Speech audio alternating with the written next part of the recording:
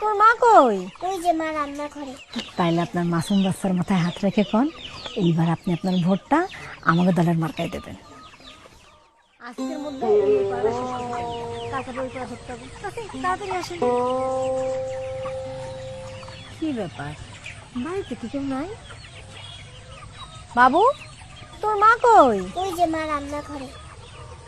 আসসালামু আলাইকুম আপা, আপনার কাজের মধ্যে একটু ডিস্টার্ব করতে আসলাম। ওয়ালাইকুম আসসালাম।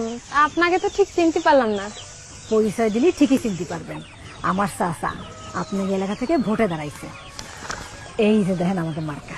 ও, তা আপনাকে একটু চেয়ার দিয়ে একটু বসেন।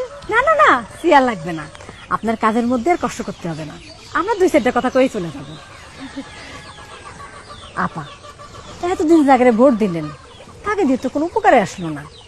এইবার সুযোগ আইছে নিজের ধর্মের দল রে ভোট দিয়ে ক্ষমতায় আনা।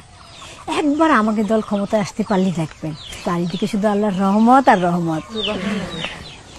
আপা, আপনি কি চান না আমাকে দেশটা আল্লাহর রহমতে ভরে যাক? তা তো অবশ্যই।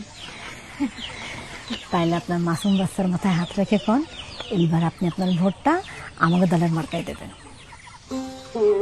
আপনার এত বড় সাহস, আপনি আমার মেয়ের মাথায় হাত রেখে আমার কসম কাটতে করছেন? আপনি জানেন না যে আল্লাহ ছাড়া আর কারোর নামে কসম কাটা হারাম? সূরা নাহলে 94 নাম্বার আয়াতে কোরআনে আল্লাহ বলেছেন যে তোমরা তোমাকে কসমরে প্রতারণার হাতিয়ার করে না। আর আপনারা সামান্য ভোটে জেতার জন্য আমার মাসুম বাচ্চাটারে ব্যবহার করতেছেন, আমারে হারাম শিরক এগুলোর দিকে ঠেলে দিচ্ছেন। মানুষ কি আর আগের মতন বোকা আছে? কি পাইছেনটা কি আপনারা? যান বাড়িতে বেরোয় যান। আরে নেন, যান বাড়িতে বেরোয় যান।